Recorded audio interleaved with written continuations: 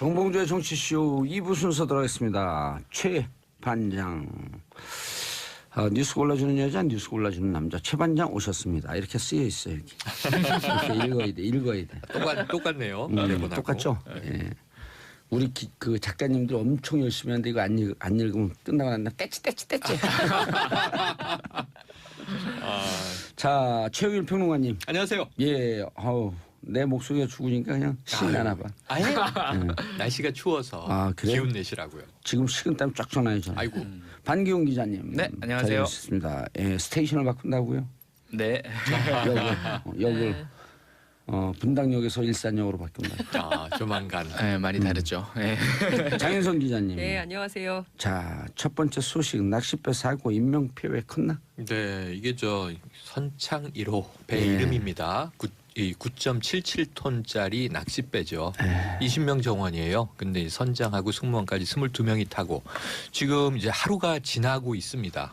어제 새벽이었어요. 6시 9분에 이 전복된 신고가 들어왔고 해경, 해군 굉장히 조금 전 새벽이 아니었고요. 네네 어제 새벽이죠. 하루가 예. 완전 지났네요. 그럼? 하루 24시간 지나고 6시 이후로 지금 여러 시간째인데 그래서 지금 24시간 이 구조 수색 체제거든요. 왜냐하면 두 분의 실종자가 아직 발견되지 않고 있습니다. 지금 이제 나머지 20사람은 다 찾았는데 생존자는 7명, 사망자가 13명, 희생이 좀 컸습니다. 그래서 요즘에 보시면 그동안 우리나라의 취미 1등, 1위가 등산이었어요. 특히 이제 중년 남성들을 중심으로. 그렇죠. 그런데 이제 낚시로 바뀌었어요. 그래요? 네, 근데 민물 낚시가 이제 70%에 육박하고 이 30% 정도가 이제 바다 낚시인데 배를 타고 나가야 되지 않습니까? 바다 낚시 하시는 분들은 그 손맛이라든가 또 항해하는 맛, 배 위에서 이제 회 떠서 먹는 맛 이런 거 너무 좋아하시는데 그만큼의 위험이 수반됩니다. 그러니까 어제만 해도 이제 영흥도 인근 해역이었는데 좁은 협수로예요. 또 살이라고 해서 조수간만차가 큰 그 시점에 급유선인데요. 급유선은 336톤이에요. 그러니까 이게 한 30배가 넘는 중량의 배와 낚싯배가 충돌했으니까 낚싯배가 전복되는 건 당연한데 빠르게 구조 출동을 하고 정말 청와대를 비롯해서 현장까지 빠른 대응을 했음에도 불구하고 이게 해난 사고이기 때문에 희생이 큽니다. 실종자 두 분을 빨리 찾는 게 우선 급선무입니다. 근데 해수면 온도도 해수 온도도 10도라고 하게 되면 무척 차가워갖고 바로 그냥 네. 발 담그자마자 그게 네. 저체온증으로 그러니까 이 어제 출항도 허가받은 어선, 인원도 적정. 모든 게 다 문제가 없어요. 그리고 어제 서울은 새벽에 비가 왔거든요. 그래서 인천 앞바다가 좀 많이 출렁거렸나? 근데 그렇게 나쁘지 않았대요. 시계도 좋고 기상에 문제는 없었는데 다만 이게 일출 전이기 때문에 깜깜한 시간에 나가서 좀 좋은 낚시 포인트를 선점하기 위해서 빨리 달린 것 같긴 합니다. 그런데 어쨌든 서로 배를 보지 못해서 안타깝게도 이제 충돌이 이제 일어났고 사망이 많이 됐는데 지금 이 봉도사님 말씀처럼 우선은 이 익사자도 나오겠지만 지금 이제 부검 중이거든요. 그런데 이제 또 다수가 아마 저체온증에 의한 사망이 많을 것 같아서 구명조끼를 다 입었다고 하는데도 아마 어려움이 있었던 것 같습니다. 실제로 선체 안에서 다 발견이 됐어요. 사망하신 분들이. 11분이. 예, 네. 그리고 이 세 분은 위에, 그러니까 배 위에 있다가 떨어지셨죠. 그러니까 충격이 엄청 컸었던 맞아요. 것 같고, 그러니까 그 당시에 생존자 진술을 들어보면 갑자기 배가 꽝 하면서 큰 소리가 나면서 팍 배에서 튕겨 나갔고. 그래서 이제 해수면 위에 떠 있다가 이제 구조를 당한 맞아요. 케이스인데 배 안에 있었던 분들은 충격이 너무 커서 또 일본 또 잠깐 정신을 잃어서 이제 나오지 못했던 거 아니냐 이런 분석도 나오고 있는데요. 구체적인 건 좀 조사 결과를 들어봐야 되겠죠. 그게 이제 그 바다 낚시 가면 이분들이 인천 분들이 아니잖아요. 아니죠. 네. 외지에서 오면 보통 밤 11시, 12시쯤 출발을 해요. 그 전날 가갖고 1박을 하고 아침에 나오면은 경비가 많이 드니까 무박 2일로 가요. 그럼 이제 가갖고 도착하면 한 서너 시쯤 되면 그때부터 이제 배 준비하고 짐 싸고 그러고 차를 타고 가면서 자도 잠을 안 자니까 피곤하니까 일단 선실에 들어가서 눈 좀 붙이라 그래요. 그 포인트로 가기 전까지. 그리고 그러니까 이제 춥고 그러니까 그렇죠. 그 옷을 두툼하게 입고 자 안전 구명조끼 입고 안에 들어서 잠을 자고 있다가 그냥 네네. 침몰하니까 그렇죠. 그 사고가 난 거예요. 근데 무방비로 요게 그러면. 조금 다른 게 이제 네. 새벽 6시에 출항을 했습니다. 그렇죠. 일주일 전에. 음. 그런데 출항한 지 5분 만에 사고가 났어요. 맞아요. 6시 9분에 최초 신고가 이루어졌어요. 음. 그러니까 이게 바다 망망대해로 나간 게 아니고 이제 네. 근해. 그네. 거기가 이제 보니까 영흥대교라고 네. 섬과 육지를 잇는 다리가 제부도, 대부도, 영흥도 이렇게 쭉 이어져 있는데 영흥도의 주민은 2분이 돌아가셨어요. 네. 그런데 이게 이 사망의 정황을 보면 선실에서 12분이 있었는데 11분이 선실에서 돌아가셨고 한 분은 탈출을 감행을 해서 네. 생존했습니다. 아, 그러니까 갑판에서 충돌 때 떨어진 3명은 그 급유선 충돌한 배가 정박을 해서 구조했고 구조를 하죠. 한 분은 이 선실에서 이 깨진 틈을 비집고 빠져나와서 생존을 했고 네. 그리고 밖에서 바다에서 돌아가신 분이 2분. 그런데 이제 이 같은 배 안인데 조타실에 3명이 있었어요. 이들은 배가 뒤집어졌는데 에어포켓이 형성돼 있어서 그 안에서 버티다가 1시간 반 만에 이 해군 잠수사들에 의해서 구조가 됩니다. 그러니까 굉장히 다양한 상황이 이제 벌어졌던 거예요. 그런데 실종자 2분 중에 한 분이 지금 선장 오모 씨여서 네. 네. 이분이 사실은 이제 사고 정황을 가장 잘 진술할 수 있는 분인데 지금 이 사고를 당한 쪽의 배는 이 선장이 없는 상황이고 네. 급유선 쪽에 이제 선장과 이 조타수는 긴급 체포됐습니다. 어제 저녁에 빠른 조사를 위한 것이다. 어쨌든 이제 어떤 일부 잘못이 있었으면 시인한 것 같아요. 그러니까 왜냐하면 이게 처음에 해경이 정면으로 마주보고 오다가 충돌한 것으로 발표를 했는데 네. 나중에 생존자 진술을 보니까 뒤에서 뒤에서 들이받은 것 받았다. 같아요. 네. 큰 배가요? 네, 큰 네. 배가. 어.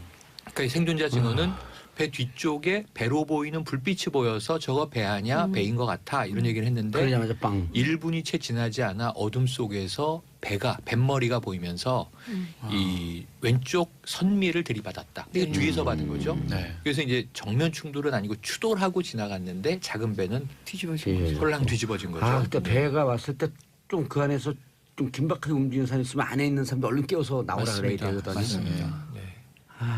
근데 이게 이제 뭐 안전 불감증은 아니고 어제 사고를 보니까 정부의 대처가 무척 긴밀하고 긴박하게 움직였어요. 네, 맞습니다. 예. 그러니까 이게 일지가 쭉 나왔는데요. 이 6시 5분경 사고로 추정되고 6시 9분에 9분에 112 최초 신고 그리고 한 30분 정도 후에 해경 고속단정이 사고 현장에 도착해서 무척 수습을 빨리 대응을 시작하고 했네요.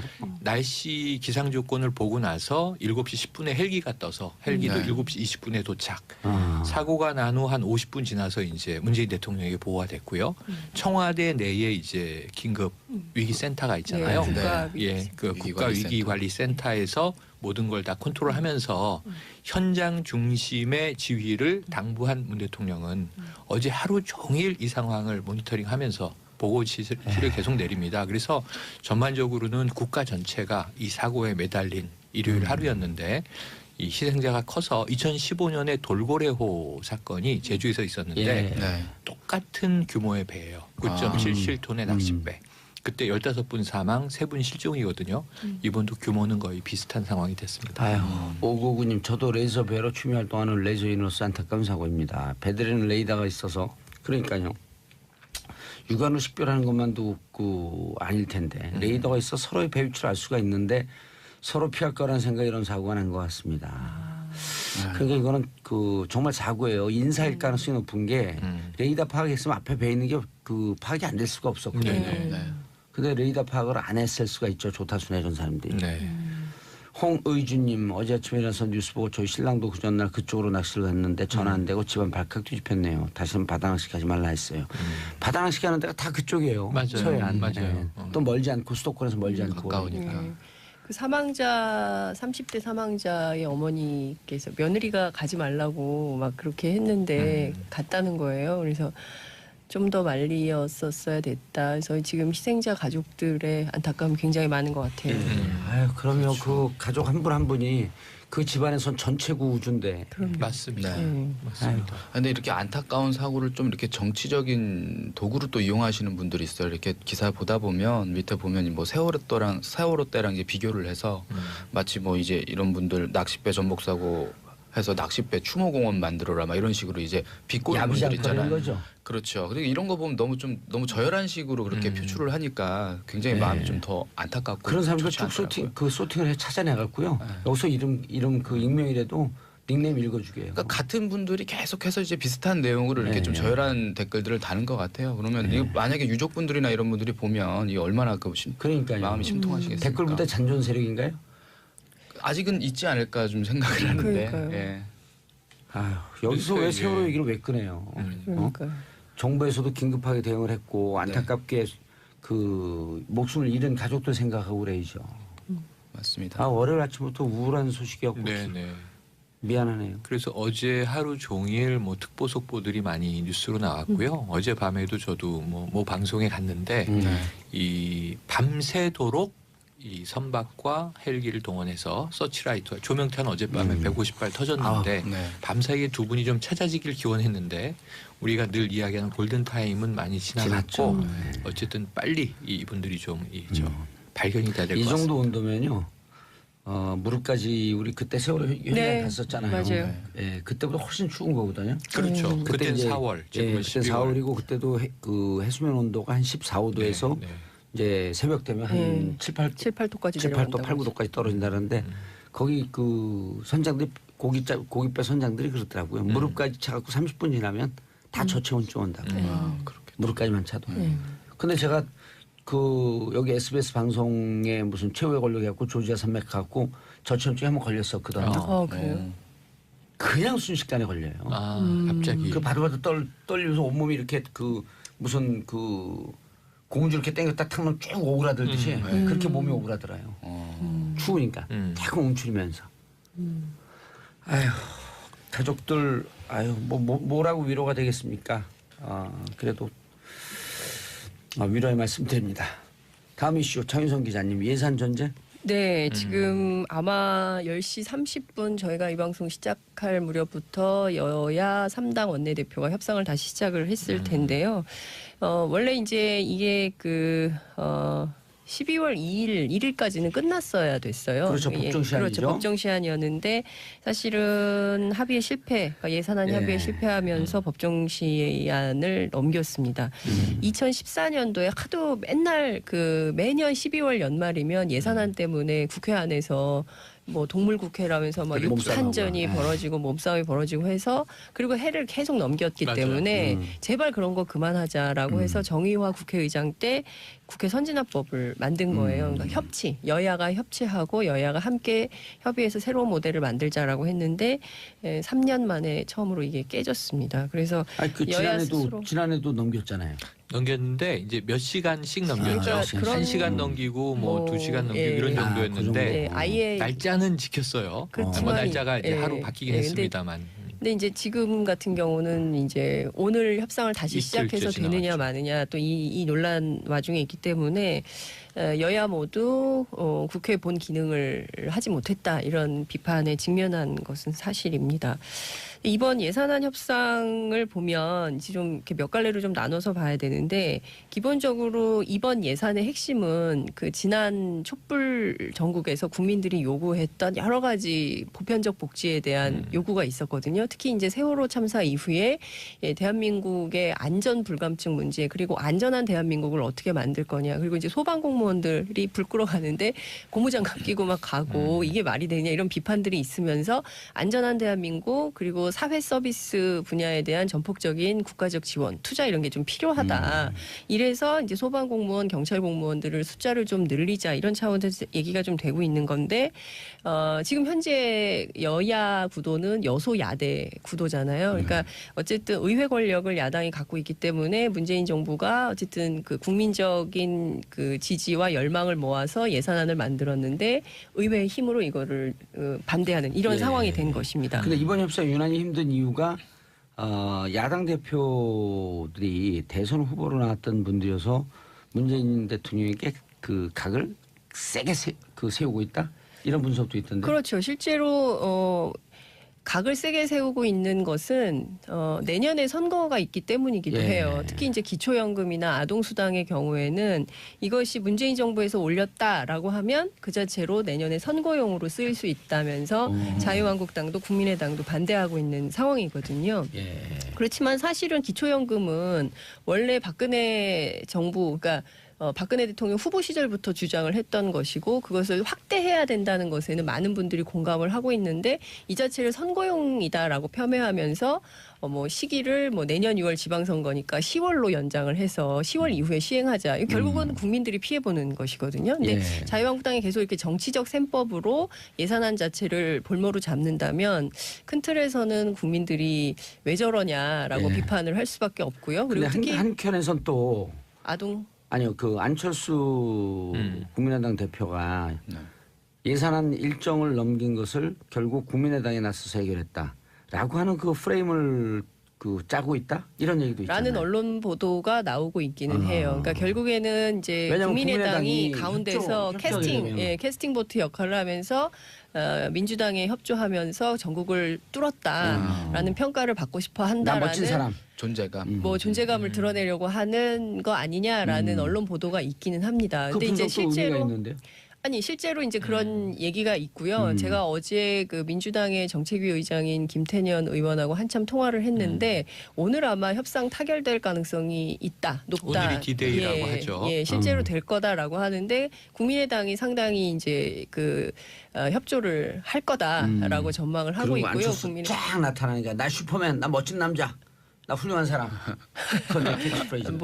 네, 그거는 봉도사님의 캐치프레이즈세요. 어찌됐든, 그러니까 지금 국면은 지금 협상 이제 시작을 했는데, 뭐 몇 가지에서 타협점이 있다. 첫 번째, 이제 공무원 연금 같은 경우에는 민주당의 경우에는 12,200명을 주장을 하고 있고, 자유한국당은 7,000명, 국민의당은 9,000명 이렇게 그렇죠. 주장을 하고 있어요. 그러니까 3당이 각자 이제 인원을 가지고 뭐 1,000명 이하는 깡내 못 깡내 막 이제 이러고 있는데 네. 정말 필수한 인력이 어느 거냐 이걸 좀 봐야 되는데 정치권에서 이런 이제 숫자 노름으로 해결할 문제는 아닌 것 같은데 네. 제가 취재를 해보니까 아마도 그 중간 어느 즈음에서 타결이 될 거다 공무원 숫자는 그러니까 12,200명에서는 물러서고 그러니까 9,000명에서는 올라가는 그 선 어디쯤 되지 않을까라는 얘기들을 자유한국당 7,000명 무시하고 자유한국당 7,000명은 그것은 도저히 받을 수 없는 아니라는 이제 근데 민주당도 오히려 국민의당의 협조가 꼭 필요하니까 네. 국민의당을 끌어들이기 위해서 지금 이제 정치적인 해석은 호남 제2고속철의 무한공항을 그렇죠. 거치게 해준 것은 호남 국민의당을 예산. 배려한 것 아니냐. 네. 그래서 이제 국민의당도 이제 우호적으로 받아들이고 있는데 네. 자유한국당은 국민의당을 우리 쪽으로 끌어와야 되잖아요. 자기네가. 맞아요. 네. 근데 당근이 없잖아요, 이쪽은. 그러니까 할 수 있는 게 이제 압력밖에 없는데 민주당 또 제2중대 아니냐라는 지금 이야기를 막 쏟아낼 준비를 하고 예. 있는 거죠. 그래서 제가 보기에는 오늘 아침에 이제 그런 질문을 하시더라고요. 이게 주로 진보 정부는 이제 큰 정부 지향, 그리고 보수 정부는 작은 정부 지향이니까 그런 이제 전통적인 국가 재정론의 시각 차이로 다투는 거냐? 그래서 저는 그거 아니다. 지난 박근혜 정부에서는요. 정부도 키웠고 조직을 예산도 키웠어요. 그러면 그리고 국가 사회주의에 준할 정도로 무상이 공약이 엄청나게 많았죠. 노인들에 대한 무상, 물론 안 무상, 했지만. 예, 안 했지만 안 했죠. 반값 등록금도 이제 네. 나왔었고 그런데 문제는 그중 그거보다 지금 못 미치는 이제 수준인데 일자리 집중으로 가요. 차이는 뭐냐면 개인을 지원하는 거냐 기업을 통해서 지원하는 거냐 차이는 있습니다. 근데 이제 지금은 오직 제가 보기에는 정쟁과 이 정량만으로 지금 싸움이 그렇죠. 벌어지는 거기 그러니까 때문에 생산적이지가 맞습니다. 않습니다. 그러니까 정말 좋은 지적을 해주셨는데요. 그러니까 예. 내년도 지방선거 앞두고 이것이 표에 도움이 되냐 안 되느냐 그렇죠. 이렇게 예산을 보고 있는 거거든요. 여의도에서는. 예. 근데 국민들의 눈높이에서는 저것이 정말 대한민국의 비전. 그러니까 우리가 유럽식 복지국가로 가야 된다. 그래서 특히 이제 보편적 복지국가에 대한 꿈을 가지고 있는데 그 길로 가는 데 있어서 꼭 필요하다고 하면 해야 되는 예산 집행인 것이거든요. 그리고 관련해서 소득세하고 법인세에 대한 조정이 필요한 그렇죠. 측면도 있는 거예요. 그래서 세법 사실상 개정안. 이명박 정부 이전으로 법인세를 회복해야 된다라는 주장도 있는데 이것조차도 자유한국당이 받아들이지 않고 있기 때문에 공전하고 있는 이런 예, 상황입니다. 알겠습니다. 자 예산 문제 이 정도 보고 하고요. 진료 기록부가 달라진다. 네, 이거 워낙에 이제 큰 뉴스들이 많았기 때문에 이 근데 여기 세 분이 이상해요. 술병은 내가 났는데 또 다들 자기 목소리가 찍어져. 진행자가 진행자분을 이제 줄어드니까. 따라가는 네. 거죠. 네. 그렇게 그이 줏대가 없냐고요? 줏대가 없어요. 아니, 이분 감옥 가고 싶어? 아니요. 영웅도 네. 사고도 있고. 그러니까 네. 뭐요? 예, 네. 진료 기록부. 예, 요 내용도 어떻게 보면 좀 필요한 소식일 수 있어서 네네. 아마 좀 알아두시면 좋을 것 같아서 말씀 예. 좀 갖고 나와봤는데 이제 우리가 병원에 가서 이제 진료를 받고 하면 거기서 이제 상세한 뭐 처방전이라든지 어디가 아프고 뭐 이런 것들 진료 기록을 남기잖아요. 예. 이런 것들 남기는데 앞으로 이제 의료기관이나 의료인들은 이런 진료 기록부 원본에다가 수정한 내용까지도 반드시 보관을 하고 또 환자가 요구를 하면 발급을 해줘야 된다라는 내용을 담은 개정안이 이제 통과가 될 예정입니다. 의미 있는데요? 의미가 있습니다. 왜냐하면 그동안 어떻게 보면 이 진료 기록부는 의료 분쟁에 있어서 풀어줄 가장 핵심적인 열쇠였는데 이런 열쇠들을 그 유족분들이나 아니면 피해자분들이 가져가지 못하는 경우가 굉장히 많았어요. 아하. 그리고 이 진료 기록부를 병원이나 이런 곳에서 좀 마음만 먹으면 허위로 조작을 하거나 위조를 한다든지 이런 식의 그 사건들도 많았거든요. 그래서 만약에 네네. 의료 사고가 나게 되면 우리 잘못 아니다. 그렇죠. 라는 식으로 그러니까 뒤집힐 수도 있고. 맞습니다. 그러니까 예를 들면 이런 사고가 하나 있었어요. 지난 9월에 이제 수술 집도의와 전공의가 이제 경찰에 잡힌 사건이 있었는데 그 내용을 알아봤더니 뭐냐면 축농증 수술 환자였어요. 예. 그래서 이제 코 수술을 하다가 환자가 사망을 했습니다. 어머머. 사망을 했어요. 근데 환자가 숨진 뒤에 이 의사들이 어떻게 했냐면 진료 기록부에다가 경과 기록지 뭐 이런 수술 기록지에다가 피해자가 수술 전에 이미 머리뼈 바닥에 구멍이 있다라고 이제 가짜로 허위로 추가로 예. 수정을 해놓은 거예요. 이렇게 되면 살인이네 저거는. 그렇죠. 이렇게 되면 그렇게 해서 출혈이 발생해서 이 환자가 사망에 이르렀다라고 얘기를 하잖아요. 이렇게 되면 유족이나 아닌 피해자분들은 어떻게 이 부분에 대해서 이제 검증이 안 되니까. 검증이 안 되니까 아. 의료진이 그렇게 얘기를 해버리면 어떻게 확인할 방법이 없는 겁니다. 그래서 이런 부분에 대한 것들을 계속해서 이제 요구를 해서 이번에 이제 법안 통과를 하게 됐고 아마 법사위 본회의 거쳐서 한 6개월 정도 지나면 이제 본격적으로 시행이 될 것으로 보고 있는데 예. 사실 이 소식 준비하면서 어떻게 보면 굉장히 합리적인 법안 개정이라고 생각을 했는데 예. 또 의료계에서는 이걸 또 반대를 하기도 했다고 하더라고요. 근데 그 박경 기자님 네. 이렇게 중요한 기사를 짧게 얘기하면 안 되니까 3부에 계속하면 안 될까요? 아 그렇다면 예. 광고 듣고 3부 돌아오겠습니다. 채널 고정 어서서. 정봉주의 정치쇼 3부 순서 들어가겠습니다. 월요일 최반장 최영일 평론가 반기훈 기자 장윤성 기자님 함께하고 계십니다. 월요일날 보통 우리가 신나게 힘차게 맞아요. 시작해야 되는데 네. 기사도 좀 우울하고 그리고 제 속도 좀 우울하고 술병이 나가고 제가 정봉주가 술주자여서 이게 무지하게 세는데 그냥 제가 술병이 날 정도면 여기 계신 분들은 다 실려갔어요. 응급실에. 네. 자, 반기훈 기자님. 네. 그런데 병원이나 의사들은 상식적으로 우리 같이 이걸 객관적으로 보는 사람들은 네. 병원이나 의사들은 당연히 반대한다. 음. 왜? 그 전에 이 법이 없을 때는 네. 슬그머니 뭐 눈 감고 가리고 그렇죠. 그 본인들 피 안 보는데 지금 이제 투명 경영을 해야 되거든요. 까다로워지는 거고 이제 진료 기록부를 이전에도 이제 환자 본인이나 유족들이 이제 요구를 하면 보호자가 요구를 하면은 열람할 수 있게 하는 제도는 있었죠. 그거는 있었는데 문제는 이제 병원 측에서 이걸 뭐 수정하거나 바꾸거나 새롭게 추가 기재를 하거나 이런 부분에 관련된 법 자체가 없었던 거예요. 이전에는. 그래서 이 법안이 지금 굉장히 좀 의미가 있는 법안이라고 생각이 되고요. 환자 단체에서는 당연히 그러니까 환자 쪽에서는 이게 당연히 꼭 필요했던 건데 이제서야 되다니 너무 늦었다. 그렇지만 환영한다. 이런 입장이고 병원하고 의사협회 쪽에서는 표면적인 이유는 그렇습니다. 현행 제도만으로도 진료기록부 원본 보존 방법이 가능하다. 그리고 이렇게 바뀌어 버리면 앞으로 이제 행정 부담이나 이런 이렇게 운영하는 데 있어서 여러 가지 인력도 더 넣어야 되고 되게 부담이 크다. 그러니까 이해가 안 이건 되는데 우리가 그냥 쓰면 반대한다. 되지 뭐가 더 들어가요?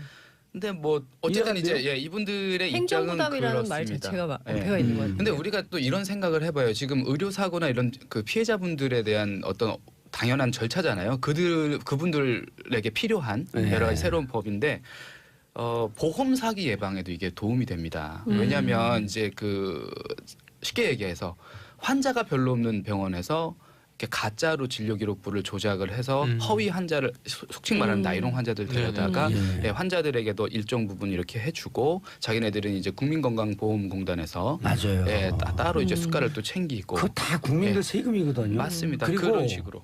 이게 우리가 그 여기 하나의 철학을 얘기해 줘야 돼요. 우리가 언어의 연금술사 아니야. 그 보통 사람들이 말을 하면서 말은 자기 거라고 생각하거든요. 말은 누구 거예요? 내가 말을 하잖아요. 말은 듣는 사람 사람들의 것이에요. 것이죠. 내 입에서 나왔지만 듣는 사람 것이거든요. 맞습니다. 병원 기록은요. 자기들이 보관하고 있을 뿐이지 환자 것이에요. 그렇죠. 맞습니다. 아니, 환자에 대한 기록인데 그게 왜 자기들 거야? 그렇죠. 그냥 자기들이 행정 편의상 잠시 보관하고 있을 뿐이에요. 맞습니다. 그럼 내 기록 내놔라. 네. 그건 내 거다. 그럼 그냥 줘야 되는 거예요. 그럼 너 내 기록 고쳤어? 왜 내 걸 고쳤지? 이렇게 되는 거 아니에요? 근데 무슨 그렇죠. 행정 인원이 더 들어? 그래서 저는 그 대한민국에 제일 부족한 게 피해자 중심주의. 아, 인간 중심주의에 그게 사람. 네, 그러니까 사람을 뭐냐면 향해서. 네, 어떤 사고가 나면 앞에 우리가 얘기했던 낚싯배 사고도 선창이로도 그렇지만 그러니까 피해자가 어떤 상황인지를 먼저 살피고 그럼요. 이런 생각이나 판단이 중요한데 그게 아니라 이를테면은 가진 사람들 갑질하는 사람들의 지위에서 판단하게 되는 거예요. 행정 인력이 들어가면 어때요? 그러니까요. 지금 네. 우리가 행정 인력이 뭐 필요하고 행정 부담이 커진다. 이거는 사실 그 뭐 피해자 가족분들이 들었을 때 얼마 어떤 심정이겠습니까? 그렇죠. 그리고 이 진료 기록부가 지금 굉장히 중요한 건데 지금도 이제 계속해서 보관을 해야 돼요. 예. 그러니까 이 병원이 뭐 폐원을 하더라도 10년 동안 뭐 갖고 있고 그 이후에는 뭐 보건소에다가 진료 기록부를 넘겨야 되고 이런 규정이 있습니다만 지금 현재 그것도 잘 지켜지지 않고 있어요. 그렇죠. 그리고 네. 저는 이게 이번에 법 개정이 돼도 손대는 병원들이 많을 거거든요. 그렇죠. 손 댔을 경우에 처벌 규정을 엄히해야 돼요. 네. 맞습니다. 절대 손을 못 댈 수 없게끔. 네. 그러니까 어쨌든 이제 첫 단추를 끼운 거니까요. 예. 이제 관련돼서 이제 더 보강을 하고 강화를 해서 예, 정상으로 좀 돌리는 조치가 근데 필요한. 병원도 좋을 텐데 왜냐하면 이렇게 되면 예. 진료를 건수 중심으로 아니고 정말 환자 중심으로 하거든요. 그럼 제2차, 3차 사고가 안 나잖아요. 의료비용이 주는 거예요, 상대적으로. 글쎄 그렇게 생각을 하면 좋은데 네. 병원 입장에서는 이제 단순히 이제 좀 그 투명하게 만든다는 것 자체가 여러 가지로 좀 귀찮고 어떻게 보면 좀 번거롭게 느껴질 수 있으니까 아마 그런 식으로 반대를 한 것 같습니다. 정부도 투명성을 강화하는데 그러니까. 모든 분야가 네. 투명해져야죠. 맞습니다. 이런 때 하는 말이 있어요. 그냥 투명하지 않고 음지에서 슬쩍 수정하면 음지에서 곰팡이 쓴다 그래요. 햇볕 그렇죠. 쏘면요 네. 다 곰팡이 사라지는 거예요. 그렇죠. 예. 알겠습니다. 다음 이슈 최윤 평론가님. 네. 우병우 절친. 자, 최윤수 전 차장 구속영장 기각. 예, 어제 저는 알았어요. 아, 네? 기각을요? 네, 저는 예측하고 있었어요. 왜냐하면 최윤수가 실질적으로 네. 전체 상황을 보게 되면 우병우가 부산 그 2차장으로 있을 때 전화해갖고 국정 가라니까 나는 갈 수 없다. 전문성이 아니다. 그때 이제 우병우가 그랬다는 거예요. 국가에 대한 애국심. 그다음에 대통령에 대한 충성심. 그럼 내가 시키는 대로만 해라. 그리고 오케이 하고 갔다는 거거든요. 그러니까 전체적으로 이 자리에 자기가 꽂아 놓지만은 전체 업무 상에서 늘 이렇게 껴있진 않았더라고. 네. 그래서 이 업무에 대해서 조금 잘 모르는 상황이 있을 수도 있다 그래서 저는 50대 50으로 봤어요. 반반. 네. 반기용 반반. 자, 그런데 이제 어제 그 영흥도 안타까운 사고 소식, 그리고 이제 그 어제 영흥도 사고 소식의 뉴스로 네. 이게 하루 만에 좀 묻힌 감이 있는데요. 그렇죠. 토요일 아침에는 이제 이 문제가 제일 시끄러웠습니다. 그렇죠. 최윤수 전 국정원 2차장. 이 사실은 이제 구속영장이 청구가 됐는데 실질 심사에서 토요일 새벽에 나온 결과는 기각 이렇게 나왔어요. 네. 그래서 아침에 또 이제 판사 이름 실거 모르고 이제 오면서. 시끌시끌했는데요. 네. 그랬는데 결국 이게 누구냐 하면은 바로 우병우 전 수석으로 가는 핵심 길목이다 이렇게 여겨졌던 인물인데다가 대학 시절부터의 절친이에요. 워낙 이제 저 서울대 시절부터 절친. 서울대 84학번. 네. 동기죠. 우병우는 15기.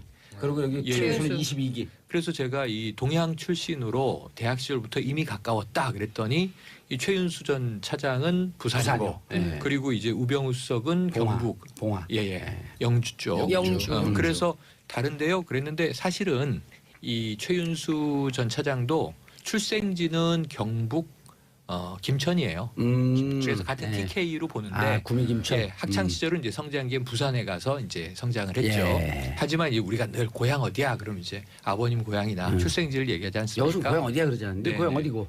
아 그렇죠. 아버지 뭐 하시노 이 생각이네요. 어디고? 네.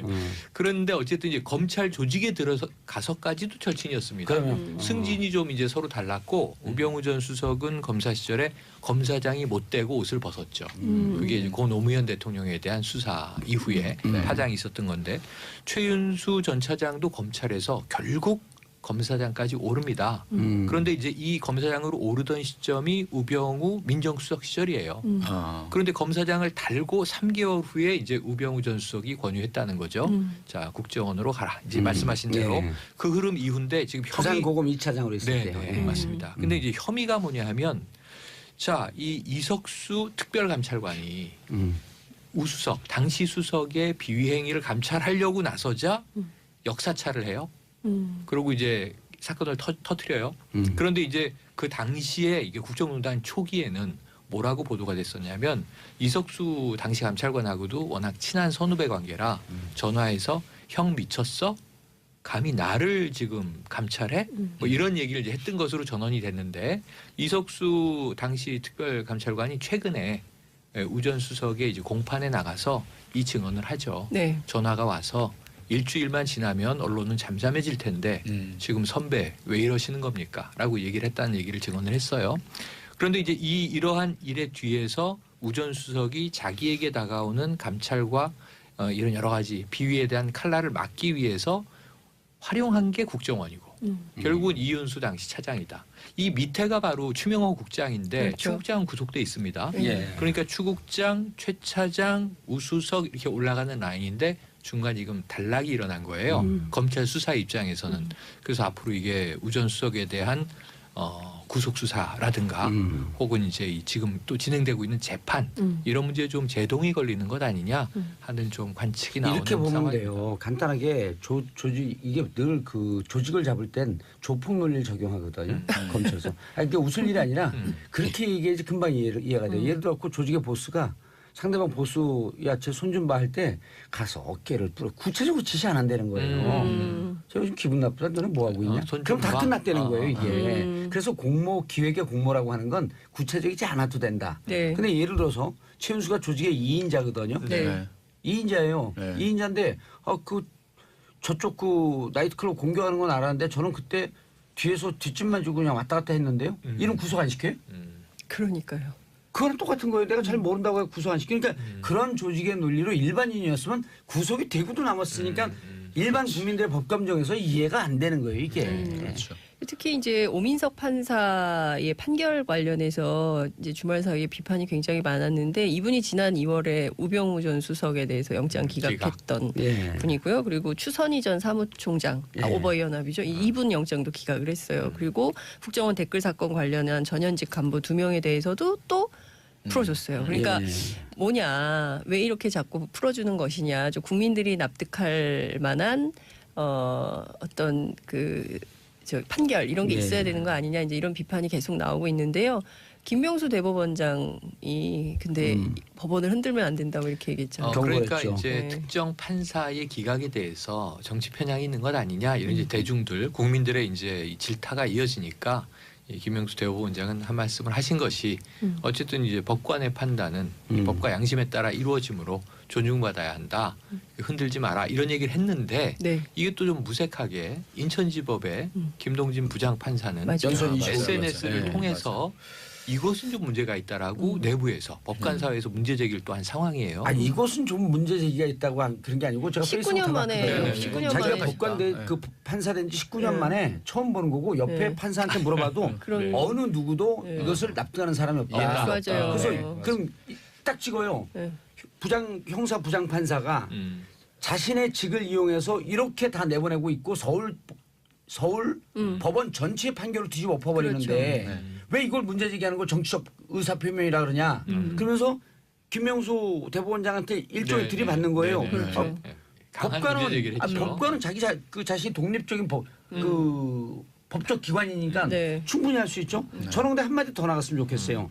오민석 권순호 부장판사, 영장 전담 판사죠. 네. 그다음에 강영부 네. 그 판사의 부장판사 네. 아니고 이분들이 지금 영장 전담을 하는데 이분들 언제 임명됐습니까? 올 2월에 임명됐거든요. 그때 법조계에서 야, 이 국정농단 사태 때 이거 누굽니까 양승태 대법원장이 네. 이건 뭔가 앞으로 있을 재판에 대해서 뭐 알박기식으로 임명하는 거 아니냐라고 문제 제기를 했어요. 했었어요. 그럼 김명수 대법원장이 법원의 독립성 이걸 주장하려면 이분들 다 지금이라도 긴급하게 인사 조치해야 돼요. 아니 그걸 하면서 흔들지 마라. 네. 그때는 문제가 있었지만 지금은 정상적으로 임명을 하니 이제 이런 부분에 대해서 문제 제기하지 마라. 아니 오민석, 권순원, 강영부, 그다음 신광열 이 사람들 대한민국 사법체계 전체예요? 술병이 다 깨네. 아니 지금 말씀을 하시니까 네. 영장 심사를 담당하는 판사 3명이 이제 로테이션 되지 네. 않습니까? 네. 이제 뭐 지난번에 그렇죠. 이제 했던 사람들 갖고 새로 3명이 온 건데 이거보다 또 더 놀라운 것도 있잖아요. 뭐냐면은 구속 적부심에 의한 석방이 아니 그게 얘기하는 사정변경. 초유적인 얘기, 네. 초유의 얘기라는 걸 그러니까요. 법조인들이 다 얘기를 하고 있죠. 그 대한민국 사법 체계를 네. 정면으로 깨버린 거예요. 저는 이제 김동진 부장판사와 관련해서 뭐 아니 판사가 판결로 얘기하지 왜 페이스북에다가 개인을 의견을 올리고 그러냐 이 자체가 정치행위다 이렇게 비판을 하고 있어요 보수 쪽에서는. 근데 제가 무슨 김동진 판사를 편들 생각은 전혀 없지만 그러니까 이분이 원세훈 재판 때도 문제 제기를 했어요. 대한민국의 법치주의는 죽었다라고 이제 법원 내부 그 코트란넷에 네. 올려가지고 그때도 논란이 돼가지고 그땐 기록유마 얘기한 사람 아니죠? 그렇죠. 지록이만 얘기한 아, 사람이에요. 그분이요? 이분이에요. 오. 그래서 당시에 그 얘기를 하면서 법원에서 징계받았어요. 정직 2개월. 그래요? 예. 네. 그때 근데 뭐냐면 그때 문제 삼았던 게 왜 원세훈에서 국정원법만 위반이냐. 선거법도 당연히 네. 유무죄 다퉈야 된다. 그리고 유죄일 가능성이 높다라고 이분이 얘기했었거든요. 네. 결국 뒤집어서 생각해 보면 이게 이게 맞은 거예요. 맞은 맞죠. 얘기를 한 거예요, 이분이. 정직 무효 소송 해야 돼요. 그러니까요. 아니 쫙쫙 나가야 돼요. 왜냐하면 그러니까요, 그때 예. 이분에게 징계를 주었던 네. 그 양승태 대법원장은 법원의 블랙리스트 만든 사람 아니에요. 그렇죠. 그리고 이분이 그때 뭐라 그러냐면 나를 이런 걸 가지고 자꾸 좌익 판사라 그러는데 난 좌익 판사 아니다. 법치주의 입각해서 판단을 해보니 이런 결론이 나온 것이다라고 얘기를 한 거예요. 근데 결과적으로는 선거법 관련해서 원세훈이 어떻게 됐어요? 또 4년이요. 그러니까요. 3년도 올라가고. 저는 그래서 이런 얘기를 흘려들으면 안 된다고 생각해요. 맞아요. 네. 이런 얘기한다고 우리들도 좌파 방송이라는 사람이 있어요. 우리는 헌법 정신에 기초한 방송윤리심사위원회에 기초한 윤리심사위원회 아주 객관적인 얘기, 객관적인 합리적인 방송하는 거예요. 아니 김동진 이분이 문제 제기한 걸 갖고 네. 같이 분노하지 않으면 대한민국 국민으로서 자격이 없어요. 왜 분노 안 해요 두 분은? 아주 굉장히 저도 동감을 하고 있고요. 저 지금 막 이렇게 온도가 올라오고 있는 거 안 네. 보이시는 화가 거예요? 나는데. 아니, 근데 저는 막 되고 저 있고. 분노 안 했는데 자꾸 분노했다 그러세요. 아니 이런 분노했어요? 거 갖고 그 유시민 그 항소 유서 있잖아요. 조고 살아가지 않는 사람은 분노도 모두 없다 그러잖아요. 아니 근데 법원이 성역이 아니잖아요. 그러니까 그럼요. 일반 국민들이 충분히 얘기할 수 있고 거기에 대해서 문제 제기를 자유롭게 할 수 있는 그런 영역인데. 상식을 하나의 제도로 만든 게 법이에요. 그렇죠. 네, 그렇죠. 많은 사람들이 이제 느끼고 공감하는 그런 체제가 법인데 그걸 가지고 얘기를 하지 못하게 하고 뭐 성역이라 이렇게 테두리를 한미라님, 쳐버리면. 그럼 우병우는 또 빠져나가네. 만약 이번에 우병우 또 빠져나가면요. 이젠 촛불 들고 그 법원 앞으로 가야 돼요. 그러잖아요. 아니 그 세 명이 뭐 대한민국 대통령이에요? 왕이에요? 자기들이 결정하면 아무도 항의 못하게? 어이. 항의 자체를 아니 못하게 대통령이야말로 항의와 네. 비판을 수시로 열고 지금 있는데, 받고 있죠. 열고 네. 있는데. 아니 신강렬 부장판사 예. 물어봐야 돼. 당신이 무슨 자격으로 이제까지 한 번도 보지 못한 그런 구속 적부심으로 왜 석방했냐? 예. 저는 이제 좀 있으면 대형 사고 터져요. 왜 김관진을 왜 풀었는지 전 네. 다 알거든요. 정말요? 그럼요. 그 얘기를 해주셔야 돼요. 김관진은 김관진은 사이버 아니에요, 사이버. 네. 사이버 사령부가 문제가 아니라 더 큰 빅 핸스가 있어요 뒤에. 그럼요. 그리고 남아서 취재해야 되겠다. 그리고 우병우 입장에서 보기에는 이석수를 후진 사람으로 봤거든요. 네. 이석수가 18기, 네. 네. 81학번, 대학교 3년 선배, 네, 18기고 그렇죠. 우병우 19기인데 네. 이석수란 사람이 얼마나 고등학교 때나 대학교 때 사람들한테 존중을 받았냐면 그 말죽거리 잔혹사 있잖아요. 네. 그 유하 감독이 만들었잖아요. 그렇죠. 유하 감독이 처음 시작하는 대목에 그 반에 반장이 일어나서 차렷 경례하는데 네. 그 사람 이름이 이석수예요. 실제로 오. 극 중에서 오. 유하 감독이 가장 본받고 싶은 롤 모델이 이석수예요. 동기동창. 상문고. 이건 몰랐네. 상문고. 네. 나만 알아요. 오. 그래서 그때 당시 검사들이 네. 말죽거리 잔혹사 다 봤어요. 그래서 이석수 보러 저 갔다고. 말죽거리 잔혹사 재밌게 봤는데 이석수는 예. 기억이 안 나요. 아니 권상우만 봤지 그러니까. 이석수를 못 봤네. 2학년 5반 21번. 권상우만 봤지 아니, 이석수는 못 그러니까 봤는데. 그러니까 비중 있는 예. 역할은 아니고 이정진이나 권상우 그런 역할이 한 아니라 번 나왔다 사라져요. 그냥 인사 그래요? 그러니까 저런 그래요? 사람이 반듯한 아, 반장. 반듯한 반장. 반듯하고 네. 그리고 금수저에 갖고 누구한테 청탁도 안 받아. 아. 야. 알겠습니다. 이용옥 봉도사님 멋지다. 속이 다 시원하네. 크크. 송정근 봉주영 화이팅. 파이팅 화이팅. 아니 그래서 잘못한 걸 갖고 분노하라고 우리가 예, 방송하는 거 아니에요? 그렇죠. 그렇죠. 자 다음 이슈는 장윤성 기자님. 우리 작가들 빨리 넘어가라. 예, 이슈. 시간이 많지 않아가지고 빨리빨리 넘어가겠습니다.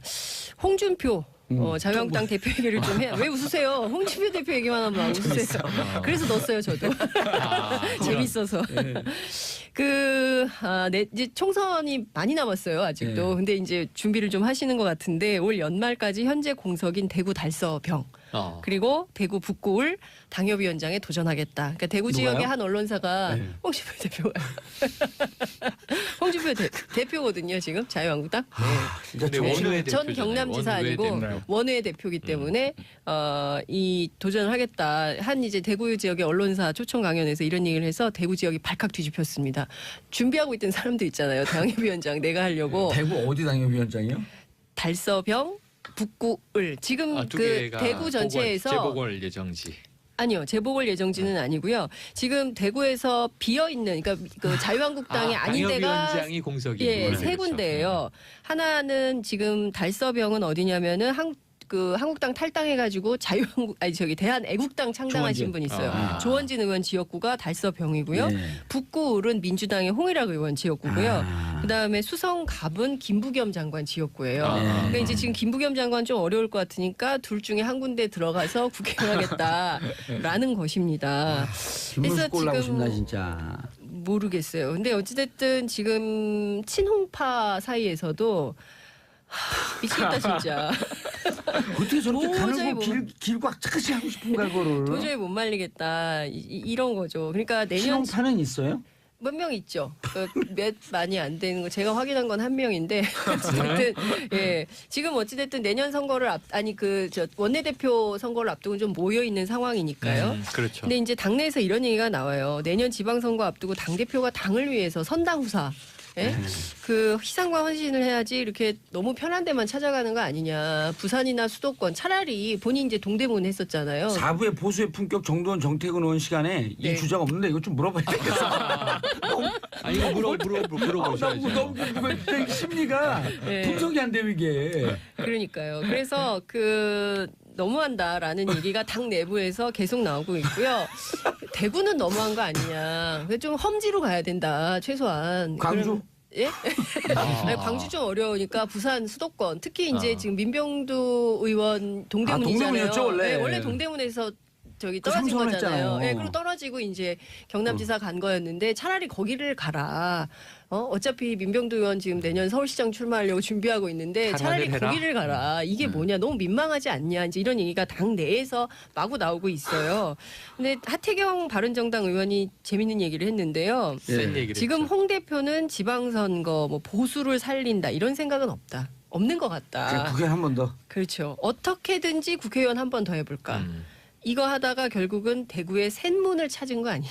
아, 예, 얄팍한 쇳문 정치 그만하고 당당하게 정면 승부해라. 근데 이렇게 요거는 그 샘문은 특이하게 새로 나온 거네. 아니요. 신문, 비문, 반문 있어도 샘문은 처음 보는. 생문 얘기를 홍 대표가 먼저 한 거예요. 그렇죠, 먼저 뭐냐면 했죠. 바른정당에서 돌아온 그렇죠. 의원들에 대해서 예. 이제 셔터 그만 내립니다 이런 얘기 했다가 샘문은 네. 열려 있다. 최근에 샘문을 열려 있다 얘기한 어. 거를 바른정당 그 샘문 때문에 지금 부하가 그렇죠. 나는 거잖아요. 네. 하태경 이 최고위원이 그걸 돌려준 거죠. 맞습니다.